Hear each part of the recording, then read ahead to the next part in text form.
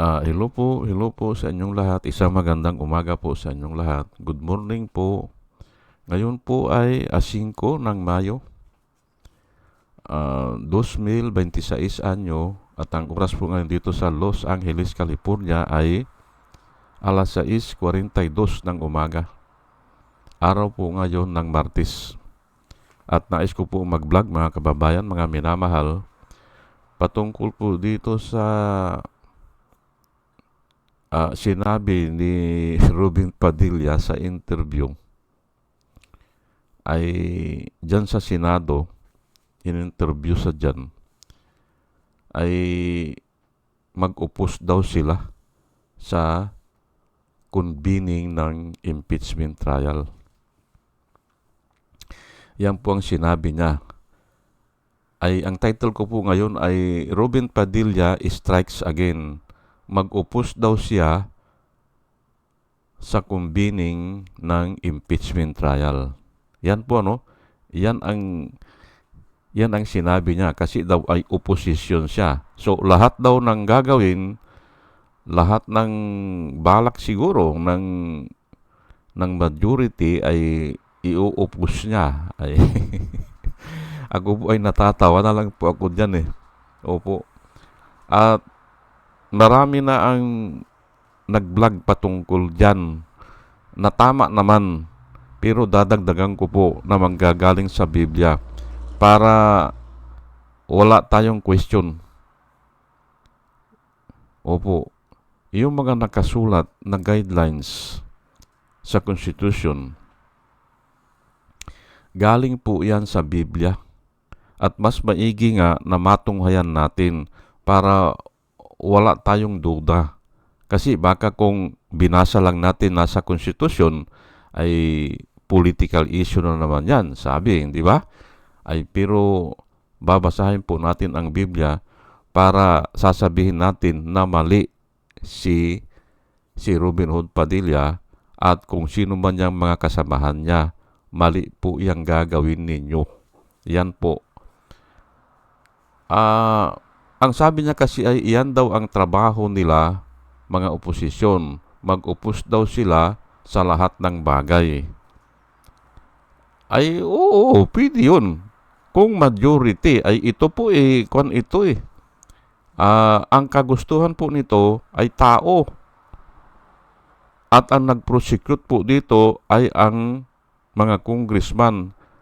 They act as a prosecutor. Prosecutor po ang mga congressman dito. Anong lalabanan mo dyan, hindi ba? Lalabanan mo ang tao? Gusto na po ng tao na makita ang katotohanan o maparusahan na kung sino ang maparusahan. At itong kongreso, umaakto na prosecutor po sila. Anong lalabanan mo dyan? Hindi po, pati ang majority dyan sa Senado ay wala silang magagawa dyan. Bakit? Nasa batas po yan eh. Na kung na-impeach, ihahain ngayon sa Senado and then they will assemble themselves. Yung mga senador, they will transform themselves temporarily into a quasi-judicial body. Wala silang magagawa. Ayan ang nakasulat sa batas eh. Una, trabaho po ninyo ang mag-convene. Trabaho ng Senado yan. Kung lumusot na sa lower house na siya ang gumaganap na prosecutor. Hindi ba? Hindi po prosecutor ito na ordinary prosecutor. Mga congressman po ito. Basta nakuha nila yung 1/3, okay na yan. Ng members. Ngayon, pangalawa, mag-transform po kayo into a quasi-judicial body temporarily. Anong ibig sabihin ng transform? Siguro nakapanood na naman kayo ng Transformer, hindi ba? Nag-iiba ng anyo. Nag-iiba ng body, hindi ba? Yun nga, magiging judge kayo. Yan po. Magiging judge. Pero ang tawag natin ay senator judge. Okay? O, senator judge. Ay bakit kayo maging senator judge? Kasi nga magkukonvene kayo eh. Magta-transform kayo at wala kayong magagawa dyan. Yan po ang tungkulin nyo. To transform the Senate into a quasi-judicial body. O, mag-a-act kayo ng senator judge. Remember ha, senator judge ha, hindi judge senator, hindi senator judge. Ang ibig sabihin, mas malamang ang judge kayo dyan. Modifier lang yung senator. Modifier lang o adjective. Natutunan ko yan nung nagtrabaho ako sa Nawasa.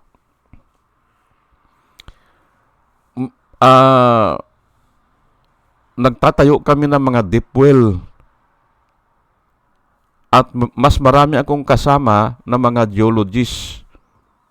Ngayon, tinitingnan nila yung mga sample, yung buhangin na nakukuha sa ilalim ng lupa. Yung mga lupa dun sa buhangin, ina-analyze nila. Ay nagtataka ako, bakit kung minsan isusulat niya sandy loam, kung minsan loam sandy. Ngayon, ang sabi ko, bakit ganyan? Ay tinitingnan ko naman yung lupa, parehas lang. Ganito yan kanya. Sandy loam means loam yan. Mas marami ang loam kisa dun sa sandy. O kisa dun sa sand. Dinidescribe lang. Ang mas matatag dyan yung loam, sabi niya. Pero kung loam sandy, mas marami ang sand, sabi niya. O ayun. Parang pinaliwanag nga nila sa akin, parang ganito yan eh. Pumunta sa iyo yung isang babae, humihingi ng payo, hindi ba? O, may nanliligaw sa akin, sabi niya, na isang matanda, mayaman na binata. O, description lang yung matanda, description lang yung mayaman. Pero, ang topic doon, binata. Ang asawa pa ba ako? Sabi nung, pakakasalan ko ba ito? O sabi nung babae, hindi ba? May nanliligaw daw sa kanya na isang matanda na mayaman na binata. O, ayun, hindi ba? Ang topic doon, yung binata, kung pakakasalan niya. Kasi description lang yung matanda at saka mayaman. Yan po, kaya kayo ngayon, mga senator judge kayo, mas malamang kayo na kayo ay judge. Ayan po ha, hindi senador. Sa araw ng impeachment. Pero temporary lang yan. Aywan ko kung mayroon pang ibang gagawin. Hindi ko alam kasi siguro pag may ibang gagawin, halimbawa natapos na yung oras para dun sa trial at mayroong ibang caucus, yun, senador kayo. Pero in the time of the impeachment, kayo, senator judge kayo. Ayan po, Kaya hindi pwede na sabihin nyo na, kami, yung oposisyon kami. Lahat actually, hindi panukala yan ng administrasyon Hindi panukala yan ng majority. Ang may panukala niyan ay ang lower house. Hindi ba? Mag-a-act lang kayo as a senator judge. Ayan po, para malinaw tayo. Ngayon, bilang isang senator judge, nakasulat po yan sa konstitusyon natin o dyan sa guidelines nyo, kailangan wala kayong kinikilingan, patas kayo. O kaya, without fear or favor, kung kayo ay mag-execute ng judgment. Ayan po, ay nasa Biblia ba yan? Ay nasa Biblia po yan Nasa Biblia. Kaya mali ang mga oposisyon kung sasabihin nila na magpipibor sila kay Sarah. Ay delikado po yan. Kasi nga mismong Diyos ang nagsabi Tataas ko lang po ha. Ayan. Deuteronomy 1:17. Babasahin ko lang po para alam natin na galing po sa Biblia yan. Yan nakasulat yan sa ating mga batas o mga guidelines o mga procedure o mga panukala ng tao nang galing din sa Diyos yan Ito po Deuteronomy 1:17, you shall not show partiality in judgment. Sino po ang sinasabihan dito? Yung mga judges. Kasi noon may mga judges na eh. O kaya hari, sinasabihan ang hari na umaakto na judge. Kasi noon, halos iisa na yan eh. Yang, ano? Okay, you shall not show partiality in judgment. You shall hear the small as well as the great. You shall not be afraid of any man's presence, for the judgment is God's. The case that is too hard for you, bring to me, and I will hear it. Sabi po ng Panginoon. Di ba? Huwag kayong magpakita ng may kinikilingan kayo. O, yun ang sabi. At parehas kayo sa you shall hear the small and the great. Sabi you shall not be afraid of any man's presence. Huwag kayong matakot kahit na sino pa ang kaharap nyo o presensya ng sino bang tao. Hindi ba? Ay si Robin Hood Padilla ay palagay ko ito, nanalo lang ito dahil niloko lang nilang eleksyon eh. O, kaya natatakot sa siguro kay Duterte. Ay pero ay nakasulat dito, you shall not be afraid of any man's presence. O, hindi ba? O, may utang na loob ka kay Duterte. Ay, huwag mong ipakita yan. Huwag mong, kasi nga, ito po ang sasabihin ko sa inyo mga kababayan, mga minamahal, pag ang isang bansa naging corrupt ang mga judges, doon ko na nakikita na bumababa na ang kamay ng Panginoon para parusahan yung bansa. Maaring sasakupin sila, maging silang alipin ng karatig bansa, o kaya mawawala yung gobyerno. Nawawala, humihina, o kaya naghihikahos o nagiging pulubi. Kasama po yan sa parusa ng Diyos dahil nga ang mga judges ay nasusuhulan. Marami po akong kwento na ganyan sa Biblia, pero hindi ko na ikikwento dito, basta alam ko yan. Bakit ang mga politiko ay okay lang? Ay pinag-aralan ko rin eh. Pero ang mga judges, galit na galit ang Panginoon po kung ang naging akto ng mga judges ay corrupt sila, ay for the judgment is God's eh. Hindi ba? Pansinin nyo po, hindi ba? Itinilaga sila dyan, hinayaan ng Panginoon o God allows. Hindi ba? Ay, pero kung ano man yung judgment nila ay nanggagaling sa Panginoon. Kaya nga, ang sabi sa Romans 13 obey governing authority Kasi nga inalaw ng Panginoon Ngayon, pag ito ay naging corrupt sila, ay that is the judgment of God. Pero sisingilin sila ng Panginoon o maaring buong bansa. Ang nangyayari nga noon sinasalakay sila, hindi ba? Ng karatig bansa, ginagawa silang alipin. Yung iba pinupugutan ng dila, ng ulo, ng tainga, ng ilong. Ayan po. Hindi ba? Nakarecord po yan sa Biblia. Nung sinalakay ang Israel ng Babylonians, ang unang ginawa sa kanila, yung mga judges pinaguhuli. At yun ang pinutulan muna ng dila. Ayan po Hindi ba? Parusa po yan ng Panginoon. 7 years under sila sa Babylonians. Afterward, under naman sila sa Assyrians. Sinalakay naman ng Assyrians ang Babylonian, natalo o under na naman sila, 7 years na naman. Bago sila nakauwi doon sa Israel, yung iba hindi na umuwi.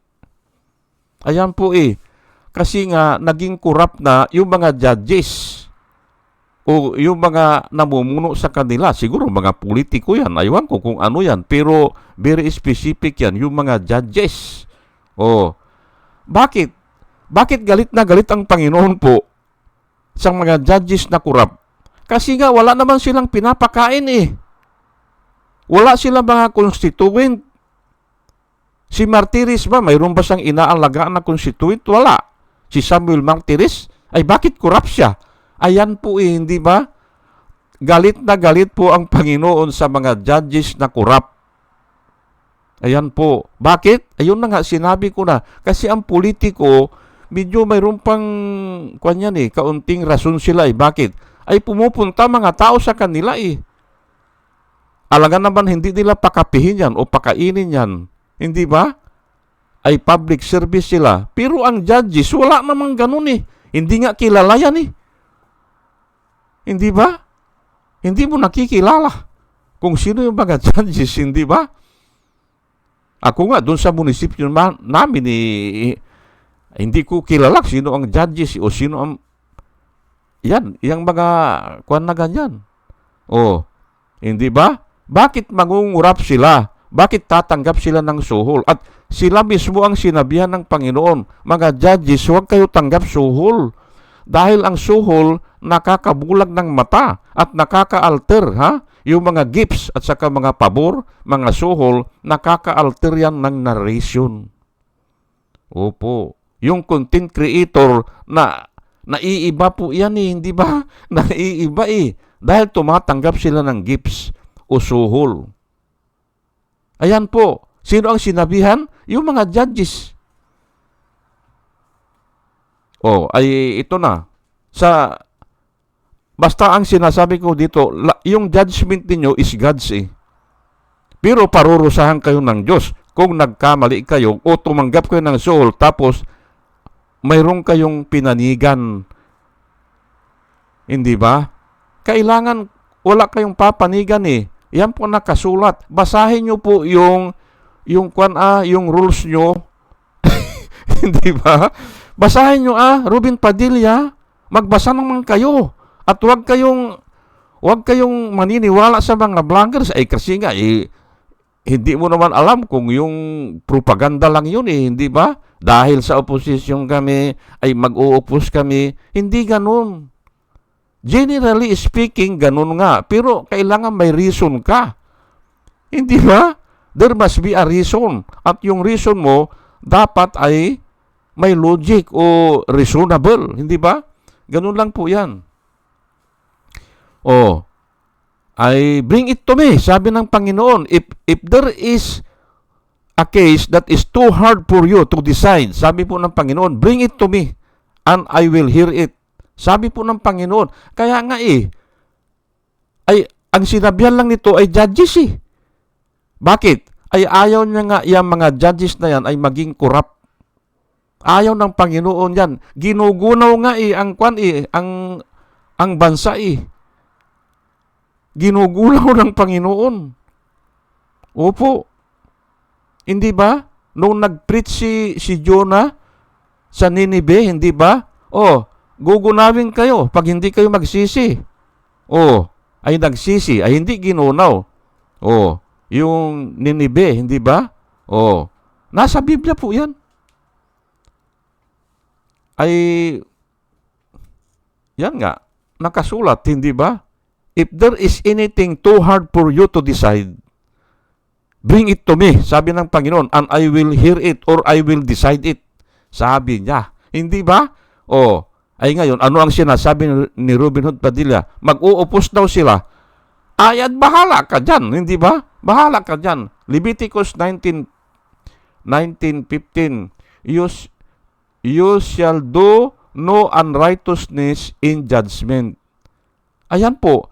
Judges na naman ang sinabihan dito. Mahalaga po ang judges Yung desisyon ng judge. Bakit? Yan na po ang kahuli-hulihan Yan na po ang kahuli-hulihan dito sa mundo.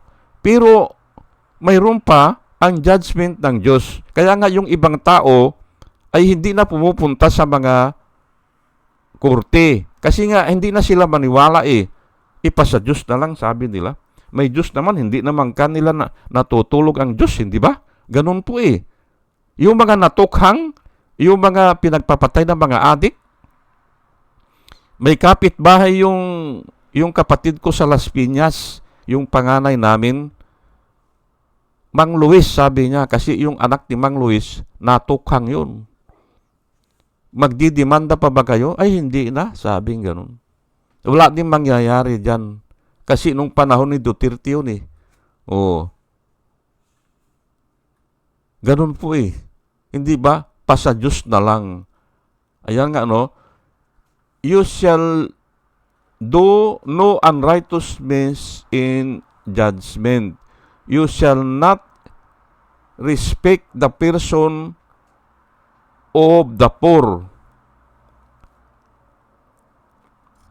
nor honor the person of the mighty.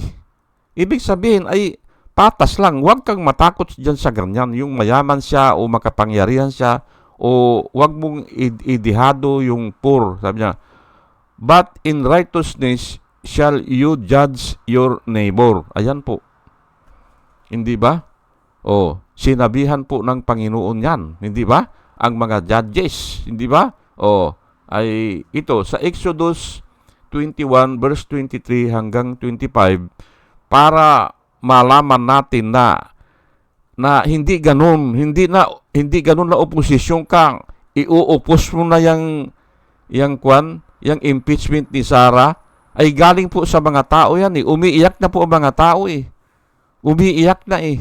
Hindi ba? At pag umiyak ang mga tao, ay dinidinig po ng Panginoon yan. Opo. Gusto nila ng hustisya. Hindi ba? Ay simple, yung iba 2 beses na lang kumakain. Hindi ba? Wala nang makain sa hirap ng buhay. Ay pero, ay yung ganyang kay Sarah 125 billion ay 24 hours lang. Hindi ba? Aywan ko kung saan niya ibinigay. Yun ang sabi ni Madriaga. Paano yan? Humihingi po ng hustisya ang mga tao. Kung gumasta sila with impunity, ayan nga ang sinasabi ko eh. Dahil nasanay sila nung panahon ni Duterte.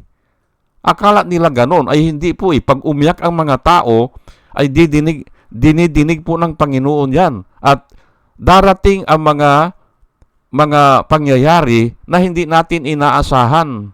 God works in mysterious way nga eh. Sabi nila, hindi ba? Totoo po yun. Kaya niyang baliktarin yan. Hindi ba? Ang mga pagkakataon o ang mga konsensya ng mga tao. Opo. Kinukumbik yung mga tao po eh ng Holy Spirit para malaman o bumaliktad o malaman yung katotohanan. One work of the Holy Spirit is to convict the world of sin and of righteousness and of judgment. Yan po ang isang trabaho ng Holy Spirit. Kinukumbik yung mga tao at ano yung sinabi ko? To convict the world of sin and of righteousness. Kung ano yung tama, yun ang ipapaalam sa tao, and of judgment. Ipapaalam din sa mga tao na, may judgment dyan. Hindi ka lulusot dyan. Katulad ngayon nangyari kay Duterte. Hindi ba? Hulihin nyo ako, sabi niya eh. Mamamatay na ako. Hulihin nyo na ako, sabi. Ay, akala niya siguro hindi siya mahuhuli. Ayan po eh. May Diyos po eh, na siya ang pinakamakapangyarihan sa lahat. Ay ngayon, ano ang nangyayari sa kanya? Sinasamba siya, pero karton na lang, hindi ba? Kasi naandun na siya sa loob eh. Hindi naman makapasok yung mga tao doon, nasasambahin siya doon sa loob, hindi ba? Ayan po eh, karton na lang siya, hindi ba? Aywan ko lang kung mga arte lang yan. Alam ko mga arte lang yan eh. At wala pong OFW na makikiluko-luko sa ganyan. Nalulusubin daw nila ang ICC. Ay di, tanggal sila sa trabaho, hindi ba? Tanggal sila. Paglulusubin nila, ay kukunin lang yung mga ID nila. O saan nagtatrabaho ito? Hindi ba? Kakasuhan na sila dun sa trabaho nila. I-dismiss mo na yan dahil hindi law-abiding citizen yan, hindi ba? Nanggugulo yan. Lulusubin daw nila eh. Ang sabi ni yung anak eh, hindi ba? Pero ito na. Basahin ko na lang po Maganda po ito eh. But if a serious injury results, ito po ay maganda po ito eh. Natatawa ako kasi nga yung alam natin na an eye for an eye, hindi ba? Atot for atot. Dito po galing yan eh. In case of serious physical injury lang po yan. Opo, ay para malinawan naman natin. At ang sinabihan na naman dito ay ang mga judges, hindi po ordinaryong tao. Dahil kung ordinaryong tao ang sinabihan dito, baka lahat na tayo bulag. Opo. Kasi bubulagin eh, di ba? Bubulagin eh. Ay, ang sinabihan lang po dito, yung mga judges, if you execute judgment, sabi ng Panginoon, ay an eye for an eye. Pero ito po ay, lang ito eh, parang patula. Kaya ganyan, nagkakamali yung mga tao na sinaktan mo ako, sasaktan din kita, hindi ba? Ay hindi po ganun yun. Ang Kristiyano po magpatawad. Kung humihingi na ng tawad, ay kung hindi naman humihingi ng tawad, at ang sasabihin pa ay, I did not steal a centavo, ay wala yan. Wala yan. Kahit naman sa Panginoon eh, your confession was made into your salvation and your belief was made into your justification. Hindi ka ma-justify eh kung hindi ka nag-confess eh. Ayan po. At patas po yan. Patas po yan. Yung patakaran ng Diyos na ganyan. Kasi kahit wala kang 5, pwede kang mag-confess eh. Kahit wala kang cellphone, pwede kang mag-confess.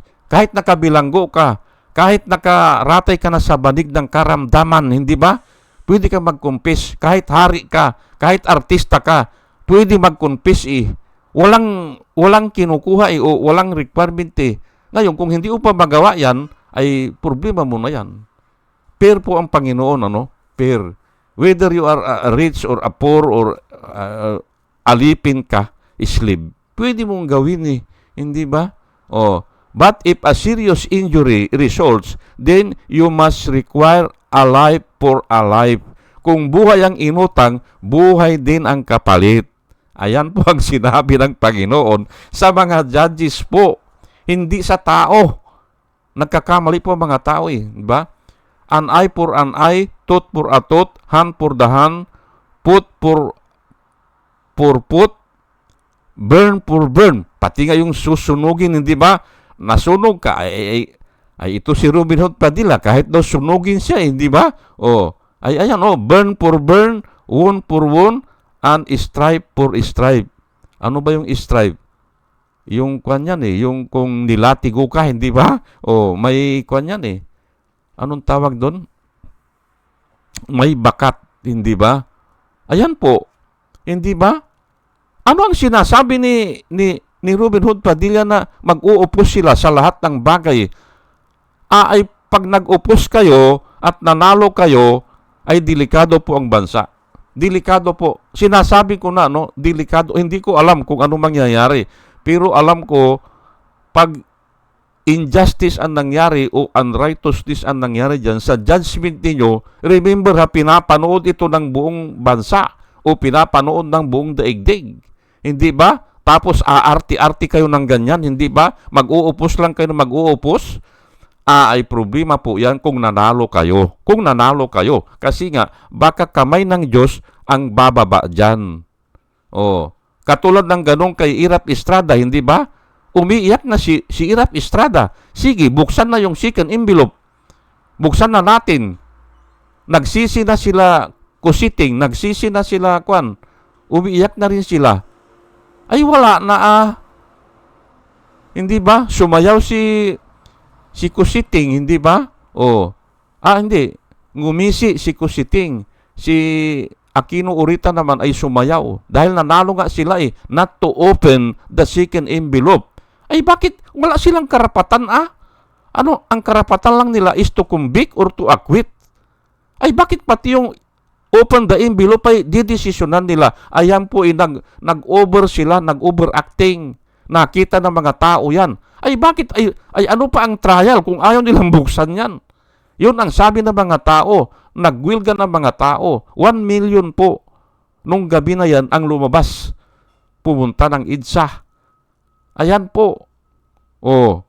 Ay, pwede ba mangyari yan? Ay, hindi natin alam. Hindi ba? Kung mabwisit ang mga tao dahil nga, ay, ang masasabi ko lang po dyan ay, kamay na ng Diyos ang gumagalaw. Kamay na ng Diyos. Opo. Pag ang mga nagtitestify labang kay Duterte, pag ang nagtitestify labang kay Sara, ay yung dati niya mga kasamahan, o dati niya mga tauhan, o confidant niya dati, yan ang signal po niyan na kamay na ng Diyos ang gumagalaw. Kasi hindi mo na makuha yan eh. Hindi mo pwedeng pasinungalingan yan. Kasi alam nila mga detalye, pati damit na suot, anong oras, sinong kasama, alam yan. Anong sasakyan na ginamit. Yung mga detalye na ganyan, ang hirap itagpi niyan. Di ba? Paniniwalaan po ng tao kung alam nila yan. Hindi ba? Oh. At bago po ako mag-umpisa mga kababayan, mga minamahal, ay nananalangin po ako na sa ating pakikinig po ay magkaroon tayo ng wisdom na nanggagaling sa Panginoon. At muli mga kababayan, mga minamahal, isang magandang umaga po sa inyong lahat at salamat po sa inyong pakikinig. Salamat po ng marami. Salamat po.